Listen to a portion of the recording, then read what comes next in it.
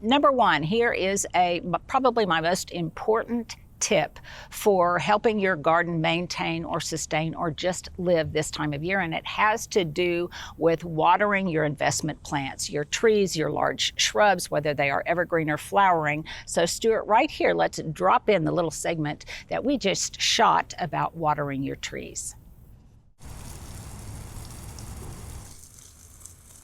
So here is probably my number one tip I can give you right now. It is one I was just discussing with my neighbor, Lori, and also with my friend Julie down the street. And that is, don't really worry about things looking great right now, just worry about keeping them alive. And how you want to prioritize that is your investment plantings.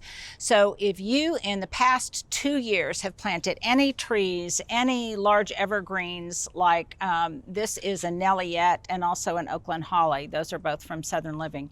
If you've planted anything like that, investment plantings that cost you a little bit more, or that over time you really want to mature to become a part of your good garden bones of the garden, then those are the ones you really want to protect right now. Now these, I just gave them a shot of water. That's not really the optimal way to water them. How actually I watered them yesterday, and I do this on a weekly basis, is I take my hose and I put it on a very, very low trickle.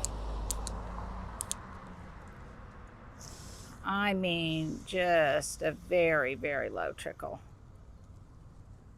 That might even be a little bit too much.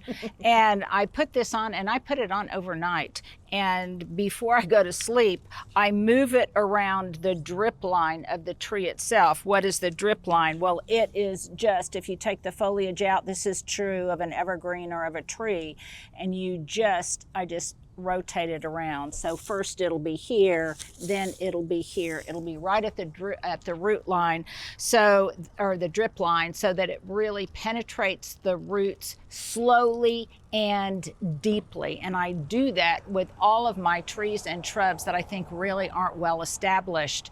And if you think something is established, it still may not be, especially after the brutal year that we've had here, the dry and the heat. So my recommendation would be, if you've got a tree in the ground that's less than 3 years old, I would definitely supplement them with water using this method. My best tip for this video.